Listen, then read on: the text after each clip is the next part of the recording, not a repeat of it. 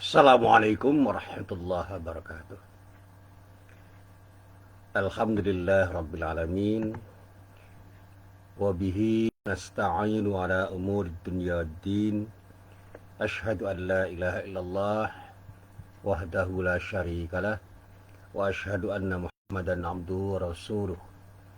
Allahumma salli wa sallim ala nabiyyina Muhammad wa ala alihi wa sahbihi wa man wa amma ba'd. Para jamaah yang dirahmati Allah, alhamdulillah pagi ini kita bisa bertemu lagi, dan kita senantiasa berharap mudah-mudahan setiap pertemuan kita, termasuk pertemuan kita pada pagi hari ini, benar-benar menjadi pertemuan yang mendapatkan ridho dari Allah Subhanahu wa Ta'ala. Amin. Para jamaah yang dirahmati Allah, beberapa saat yang lalu saya membaca sebuah unggahan tentang bahaya tasawuf dan bagaimana ketika tasawuf itu diterapkan di dalam beribadah. Insya Allah saya tidak akan bersikap a priori. Yang pertama, saya memahami keresahan para da'i, para ustadz, para kiai, para ulama terhadap fenomena tasawuf dari dulu sampai sekarang.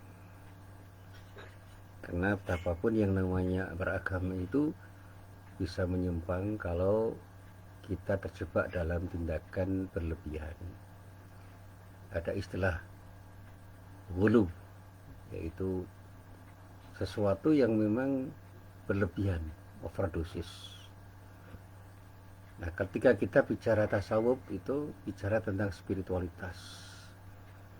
Kalau kita memahami agama, itu harus dipahami dan diamalkan dengan pengamalan-pengamalan yang mengandalkan pada spiritualitas, itu tidak salah. Tetapi kalau hanya spiritualitas yang kita pentingkan, ada hal yang sifatnya itu fisik, lalu kita abaikan. Sehingga ada orang yang karena terlalu banyak membaca buku tasawuf dan belajar tasawuf, lalu mengatakan tidak perlu kita sholat dengan kaifiyah dan hay'ah yang bermacam-macam.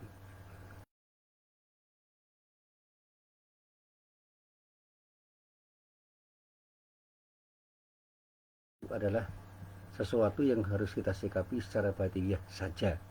Nah, kata saja ini yang perlu dikoreksi. Bahwa diperlukan penghayatan terhadap sesuatu yang kita lakukan, jawabnya iya. Tapi di dalam sebuah pengalaman beragama itu tidak hanya diperlukan penghayatan, tetapi juga diperlukan tindakan nyata yang sifatnya memang lahiriah, sifatnya lahiriah, teramati, terindra, sehingga tindakan fisik itu tetap diperlukan. Saya pernah suatu saat berdiskusi ketika berhaji, kenapa kita harus melakukan tawaf mengelilingi Ka'bah, sa'i lari-lari kecil dari Safa ke Marwah, melempar jumroh dengan batu kerikil, wukuf, duduk, bersimpuh, bersedekap, dan tenang di Arafah sambil berdoa. Apa itu artinya? Saya katakan ibadah-ibadah haji yang bersifat fisik itu harus kita lakukan, tetapi jangan pernah kita hanya memahami ibadah itu hanya tindakan fisik, tetapi memerlukan penghayatan spiritual yang sangat tinggi. Sehingga begitu kita tawaf, kita bisa menangis kok. Begitu sa'i bisa menangis, ketika wukuf bisa menangis, ketika melempar jumroh bisa menangis. Bahkan dari waktu ke waktu kita beriktikaf di Masjidil Haram atau di Masjid Nabawi bisa menangis. Dan bahkan ketika melaksanakan sholat jamaah bisa menangis. Bukan karena cengeng, tapi karena ada aspek spiritual yang kita miliki, yang kemudian karena itu kita menghayati sepenuhnya apa yang kita lakukan. Dan inti tasawuf itu adalah spiritualitas. Dan tasawuf itu tidak menafikan syariat, tetapi syariat itu ketika dilaksanakan tanpa pemahaman sofistik yang menyatakan bahwa spiritualitas itu penting, itu bisa kehilangan makna. Ketika kita bicara keikhlasan, ketika kita bicara tentang sikap tawadu, ketika kita bicara tentang khusyuk, itu bicara tentang spiritualitas.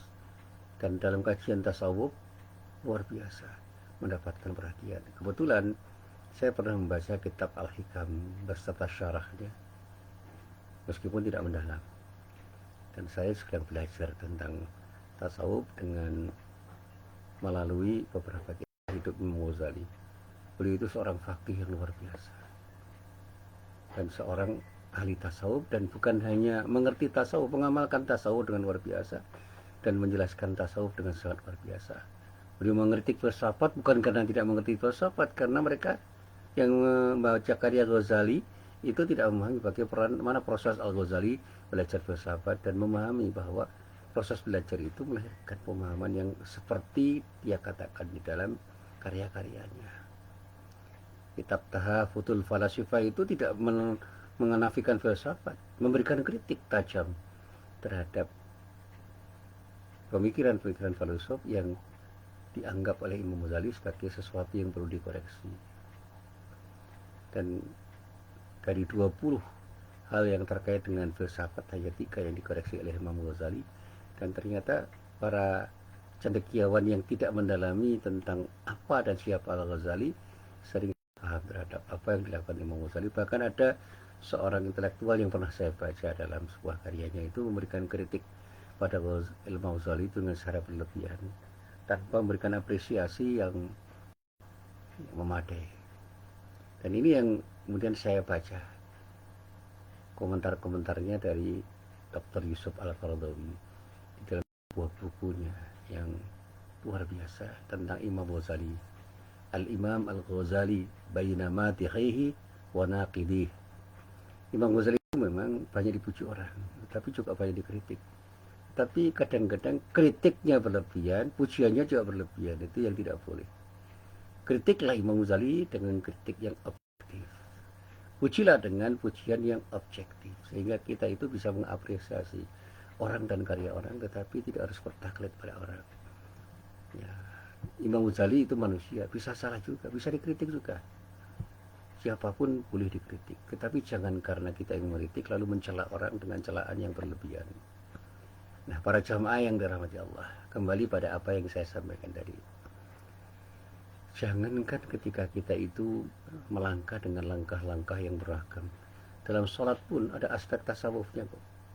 Ketika kita memahami spiritualitas Islam, sholat tanpa sikap sofistik dalam pengertian yang tepat, itu akan sulit untuk kita hayati dengan benar. Ketika kita ucapkan Allahu Akbar, apa yang muncul di dalam benak kita? Apa yang tertanam di dalam hati kita? Kebesaran Allah. Yang itu kecil di hadapan Allah. Tidak ada maknanya di hadapan Allah.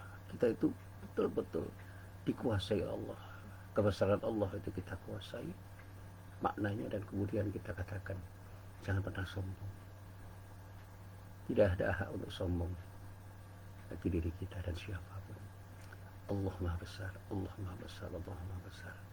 Luar biasa besar Allah itu ketika menciptakan sesuatu dan menakdirkan sesuatu dengan takdir yang luar biasa.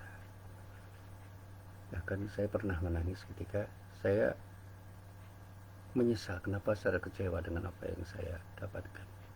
Padahal sesuatu yang saya dapatkan itu adalah bagian dari takdir Allah yang penuh dengan makna.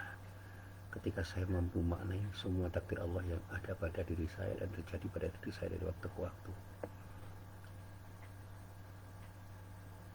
Saya dulu pernah menyesali kenapa lahir dari seorang ibu dan ayah yang tidak kaya. Tetapi saya sekarang bersyukur karena saya tidak dilahirkan oleh orang tua yang kaya raya, orang yang sederhana, orang yang bersahaja. Saya bisa memahami arti penting berbagi pada orang lain. Ketika saya punya sesuatu, terlahirlah kesadaran untuk berbagi. Karena waktu itu saya memerlukan bantuan orang lain, tetapi banyak orang yang tidak mau membantu diri saya. Dan saya kecewa, kenapa orang tidak membantu diri saya padahal saya perlu bantuan. Tapi sekarang saya sadar bahwa itulah cara Allah mendidik diri saya untuk mau peduli pada orang yang perlu bantuan. Dan saya akan membantu siapapun yang perlu bantuan saya dengan kemampuan saya yang serba terbatas. Saya menyesal ketika saya tidak lebih pintar dari guru-guru saya. Tetapi itu dulu. Begitu saya belajar pada guru-guru saya memahami bagaimana proses guru saya itu menjadi orang pintar, orang soleh, orang yang bisa diteladani, dan saya belajar dari mereka. Kalau saya sebut orang per orang itu bukan berarti yang lain tidak bermakna. Guru saya waktu saya masih berada di taman kanak-kanak, saya ingat ada nama-nama seperti Bu Nikmah. Itu yang menanamkan sesuatu yang luar biasa pada diri saya untuk berani. Berani apa? Berani berbuat sesuatu karena benar.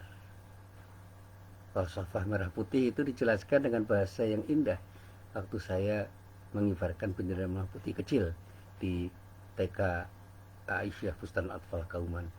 Yang menjelaskan itu adalah Bu Nismah namanya. Kalau Bu Nikmah itu guru saya yang kemudian di SD saya ketemu.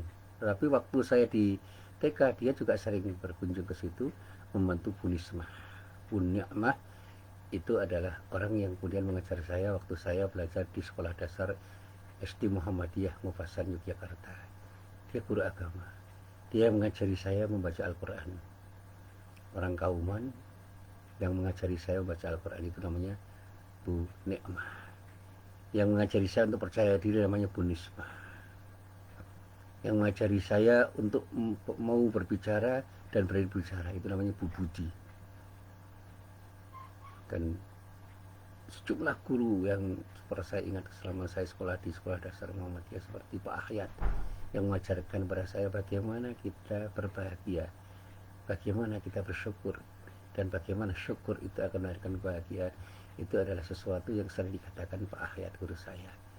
Dan itu yang juga disebut oleh Pak Taufik Ismail yang ternyata pernah belajar di SD Muhammadiyah Mufasan Yogyakarta dan menjadi muridnya Pak Ahyat.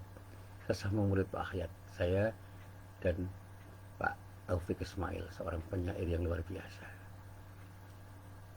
Sewaktu di Madrasah Mu'allimin Muhammadiyah banyak guru saya yang mewarnai hidup saya. Dari guru saya waktu saya masih kelas 1 sampai kelas 6 itu banyak guru-guru saya yang sempat saya ingat. Ada Pak Khalil, ada Pak Dnui, ada Ustadz Ibnu Jurem, ada Pak Mawardi, dan masih banyak lagi yang bisa saya sebut. Sewaktu saya wajib menjadi mahasiswa, saya banyak sekali mendapatkan asupan pelajaran dari guru-guru saya. Dari Pak Nurul Zaman Siddiqi yang mengajarkan sejarah pada diri saya, sampai guru-guru saya yang sangat sederhana tetapi memberikan sesuatu yang luar biasa pada guru saya sampai saya lulus. Ada orang yang namanya Pak Zarkasi yang membimbing dan membongong diri saya untuk membuat saya semakin percaya diri. Ada Pak Ismail Taib yang bahkan sering mengundang saya ke rumahnya untuk berdiskusi. Ada Pak Barzuki Rashid yang sering memarahi saya tetapi untuk kebaikan diri saya. Ada Pak Tahwan yang sampai sekarang sering masih bertemu, yang selalu nasihati saya. Dan masih banyak lagi guru saya. Dan ada guru saya di Mu'allimin yang tidak pernah saya lupakan. Itu namanya Pak Haji Abdul Razak Farudin, Pak Farudin, Ketua Muhammadiyah, yang luar biasa memberikan warna kehidupan bagi diri saya. Dan ketika saya banyak berdiskusi, orang yang banyak memberikan asupan ilmu pada diri saya itu adalah Pak Profesor Dr. Kunto Wijoyo. Itu guru saya dan selalu saya ingat petua-petuanya. Tulisan-tulisannya banyak saya baca dan mewarnai banyak hal dalam gagasan-gagasan saya, utamanya ketika saya menulis. Dan masih banyak lagi, termasuk ketika saya belajar di Pasca Sarjana IAIN Sunan Kalijogo, sekarang UIN. Ada Profesor Nurholis Majid, ada Profesor Harun Al-Rasyid, ada Profesor Muhammad Quraish Shihab. Itu guru-guru saya yang luar biasa. Dan ternyata saya banyak belajar dari beliau bagaimana mereka berproses. Mereka berproses untuk menjadi orang hebat. Dan saya ta'lim kepada beliau. Beliau orang-orang hebat. Tetapi bukan berarti mereka adalah orang-orang yang tidak bisa dikritik. Tetap saja ada sesuatu yang bisa dikritik untuk mereka. Tapi karena mengkritik bukan berarti kita membenci, kita mencintai mereka. Karena kita harus mengingatkan mereka kalau kita pandang mereka itu salah. Meskipun belum tentu apa yang kita katakan itu mereka terima. Nah, para jamaah yang dirahmati Allah.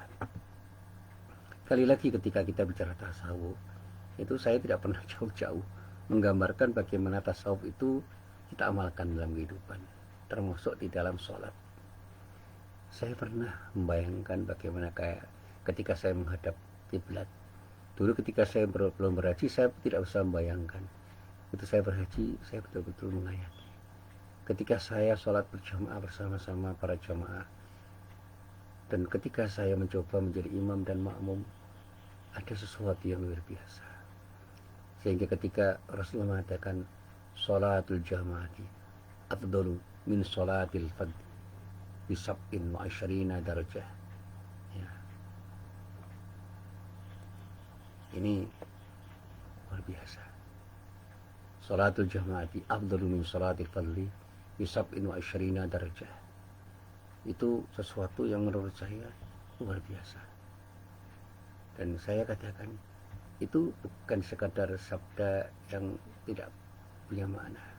Salatul jamaati afdalu min salati ahadikum wahdah bi khamsin wa asyrina juz'an, misalnya pada Sahih Muslim, itu maknanya juga sama. Salatul jamaati ta'dilu khamsan wa asyrina min salatil fardhi, itu juga sama. Salatul jamaati afdalu min salatil fardhi bi sab'in wa asyrina darajah, itu adalah sesuatu yang sama. Jadi kata asyrina darajah 20 derajat, 25, 27 itu adalah sebuah rangkaian kata yang penuh makna. Ada beberapa level yang harus kita lalui di dalam memaknai sebuah tindakan. Dan ketika kita melaksanakan sholat itu dengan berjamaah, ada sesuatu yang kita peroleh jauh lebih bernilai daripada sholat sendiri. Filosofinya itu sederhana sebenarnya. Islam memerintahkan kepada diri kita, umat Islam, untuk melaksanakan sholat jamaah dalam berbagai momentum sholat. Ada yang bersifat harian, ada yang bersifat mingguan, ada yang bersifat tahunan. Para ulama di kalangan ulama zahiriyah bahkan berpendapat hukum sholat jamaah itu fardhu ain, kewajiban individual. Mayoritas ulama mengatakan hukumnya fardu kifayah, kewajiban kolektif, atau sunnah muakkadah. Apapun pendapat para ulama fikih tentang sholat berjamaah, itu penting untuk kita cermati. Satu hal yang pasti, sholat jamaah itu sangat penting. Bukan saja karena pahala sholat jamaah yang berkali-kali lipat dibandingkan sholat sendirian, tetapi juga karena sholat jamaah mengandung dua dimensi yang bersinergi, hubungan vertikal dengan Allah dan hubungan horizontal dengan sesama umat manusia. Dimensi vertikal adalah hubungan hamba dengan Allah. Di dalam sholat ini, di dalam sholat jamaah itu bisa menjadi instrumen untuk mengagungkan Allah, mendekatkan diri kita kepada Allah sebagai media pengaduan dan ungkapan syukur kepada Allah. Sedangkan dimensi horizontalnya di dalam sholat jamaah adalah terjalinnya ikatan persaudaraan, ikatan persatuan, serta rasa seiman di antara kita umat Islam ketika kita melaksanakan sholat jamaah. Banyak pesan moral yang terkandung di dalam sholat jamaah. Dalam penataan shaf misalnya, para jamaah harus membentuk barisan dengan rapi dan teratur. Dan ini merupakan cermin bahwa Islam merintahkan kita untuk bersatu bersama-sama, merapatkan barisan. Kesamaan niat dalam sholat jamaah mengajarkan kepada seluruh umat Islam, apapun kelas sosialnya, untuk memiliki visi dan misi yang sama, mencari ridha Allah Subhanahu wa Ta'ala. Kalau kita lihat dalam pengamalannya, misalnya dalam ruku, seorang yang berada pada barisan kedua hingga barisan akhir harus rela menempatkan kepalanya sejajar dengan pantat orang yang ada di depannya, siapapun mereka, tanpa pandang status sosialnya. Dan perilaku ini memberikan pelajaran apapun derajat sosial kita harus rela menanggalkan kepentingan pribadi demi kepentingan bersama. Dan para jamaah yang dirahmati Allah, pesan moral ini bisa diaplikasikan dalam kehidupan sehari-hari, dan insya Allah semuanya akan mewujudkan persaudaraan, terciptanya kekuatan ukhuwah Islamnya di antara kita. Sebab inti kekuatan Islam itu terletak pada kebersamaan dan persatuan yang akan memadukan potensi umat untuk menjadi potensi yang luar biasa untuk melahirkan sesuatu yang luar biasa. Nah, para jamaah yang dirahmati Allah, banyak sabda-sabda Rasulullah terkait dengan sholat jamaah ini. Saya masih ingat sebuah sabda yang intinya mengatakan bahwa perumpamaan orang-orang yang beriman di dalam cinta mencintai, di dalam soal cinta mencintai dan kasih mengasihi di antara mereka ibarat satu tubuh. Jika salah satu dari anggota tubuh mengeluh sakit, maka seluruh badan akan merasa demam dan tidak bisa tidur semalaman. Apalagi ketika ada jargon al-Islam ya'lu wa la yu'la alaihi, yang ini adalah sesuatu yang diambil dari hadis Rasulullah. Saya memahami bahwa Islam adalah agama yang kuat dan tidak tertandingi, dan hanya akan termanifestasi bila umat Islam mau bersinergi dari mulai sadar untuk berjamaah. Tetapi kalau tidak, maka kejayaan yang diimpikan hanyalah utopia. Umat Islam akan tetap berada di bawah cengkeraman hegemoni orang lain, termasuk hegemoni barat yang dengan mudah mencibir, menistai, dan menodai simbol-simbol Islam. Nah, para jamaah yang dirahmati Allah, sekali lagi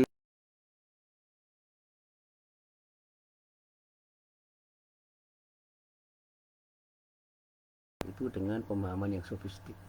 Ada aspek-aspek spiritual yang harus kita pahami dalam sholat kita. Tindakan fisik wajib kita laksanakan, tapi jangan sampai tindakan fisik itu miskin spiritualitas. Tapi jangan sampai karena kita ingin kaya secara spiritual, kita tidak mau melakukan tindakan fisik. Maka saya katakan, syariah dan hakikah itu adalah dua hal yang perlu kita pahami bersama-sama. Fikih dan tasawuf itu adalah pelajaran yang beragam untuk kita. Fikih berbicara tentang hal-hal yang bersifat eksoterik, zahiriyah, sementara tasawuf bicara tentang sesuatu yang bersifat esoterik.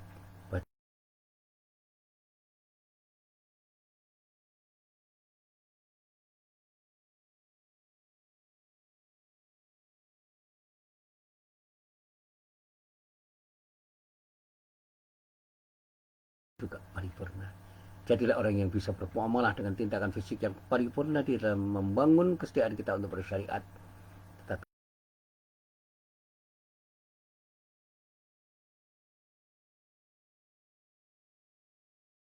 lebih bermakna.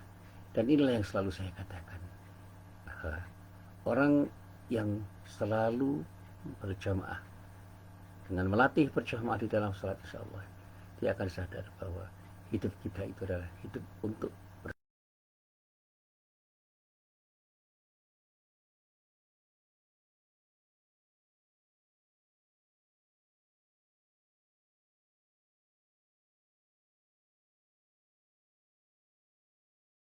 kita tidak sadar bahwa kita memerlukan mereka dan mereka pun memerlukan diri kita. Mari kita berikan yang terbaik untuk mereka, dan insya Allah mereka pun akan memberikan yang terbaik untuk diri kita. Dan ketika kesadaran kita untuk menolong orang lain itu betul-betul kemudian menjadi sesuatu yang termanifestasi dalam tindakan kita, insya Allah orang lain pun akan bisa memberikan sesuatu yang terbaik pada diri kita, karena kita telah berbuat baik pada diri mereka. Wallahu fi aunil abdi maka nal abdu fi auni akhi. Janji Allah itu jelas, kata Rasulullah. Allah selalu akan menolong seorang hamba selama hamba itu akan selalu ingin menolong orang lain, dan pada saat kita selalu menolong orang lain, Allah akan menolong diri kita dimanapun dan kapanpun kita berada. Para jamaah yang dirahmati Allah, inilah apa yang bisa saya sampaikan. Mari kita mulai membangun kesadaran untuk berjamaah. Utamanya kita mulai dengan sholat berjamaah, agar sholat berjamaah kita melahirkan kesadaran kita untuk berjamaah, dan kesadaran kita untuk berjamaah itu akan melahirkan kebersamaan, dan dengan bersamaan kita akan menjadi orang-orang yang kuat, dan pada saatnya akan menjadi pemenang dalam kondisi apapun, dimanapun, dan kapanpun. Inilah apa yang bisa saya sampaikan, mudah-mudahan bermanfaat. Billahi taufiq wal hidayah. Assalamualaikum warahmatullahi wabarakatuh.